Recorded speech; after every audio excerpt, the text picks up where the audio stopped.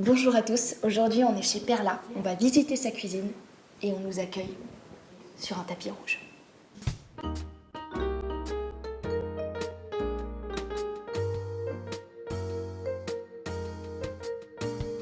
Donc c'est là où tu fais toutes tes recettes. C'est là où je vis.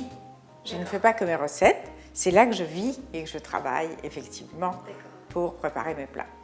Donc Perla, qu'est-ce que tu nous fais comme recette aujourd'hui? Je fais la recette idéale. D'abord, elle est au chocolat parce que tout le monde aime le chocolat. Et elle se prépare en 5-6 minutes. Donc ça, c'est le rêve de tout le monde. Et ça s'appelle petit pot au chocolat minute. Pour faire cette recette, il faut 100 g de chocolat très noir. Il faut de la crème liquide entière. J'insiste sur le entière. Il faut ceci qui s'appelle une cuillère magique qui coûte 2 € et qui est réellement un instrument dont je ne peux pas me passer. Il faut un bol à pâtisserie et du beurre salé. Je fais toute ma pâtisserie au beurre salé.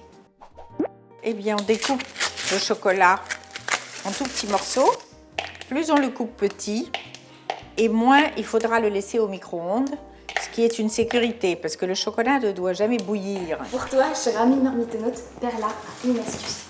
Je le dissous toujours dans un peu de café, parce que les deux parfums se renforcent l'un l'autre. J'y verse mon café,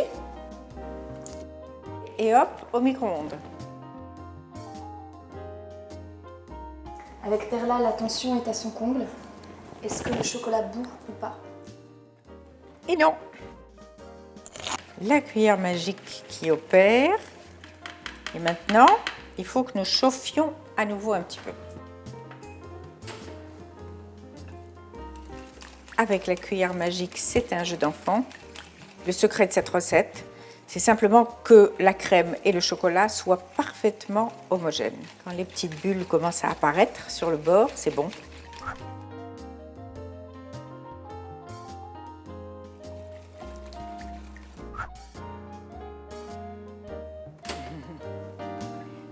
Perla, est-ce que c'est une de tes recettes? Non, pas du tout. C'est une recette du grand chef, c'est un de mes maîtres qui s'appelle Michel Bras, et c'est lui qui a eu la générosité de la publier dans un de ses livres qui doit être là. Je sais que cette recette vient de ton livre. Comment t'es venue l'idée de l'écrire? C'est donc un livre de dessert avec 120 recettes, mais surtout avec moins de sucre et plus de goût.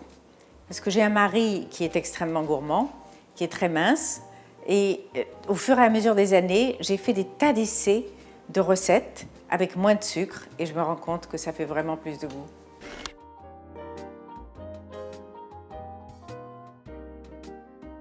Le petit truc, c'est qu'on prend une cuillère et qu'on la pose contre le bec verseur du bol.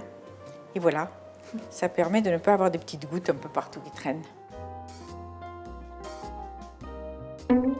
Sophie, je fais avec vous comme avec mes petits-enfants. Vous voulez goûter?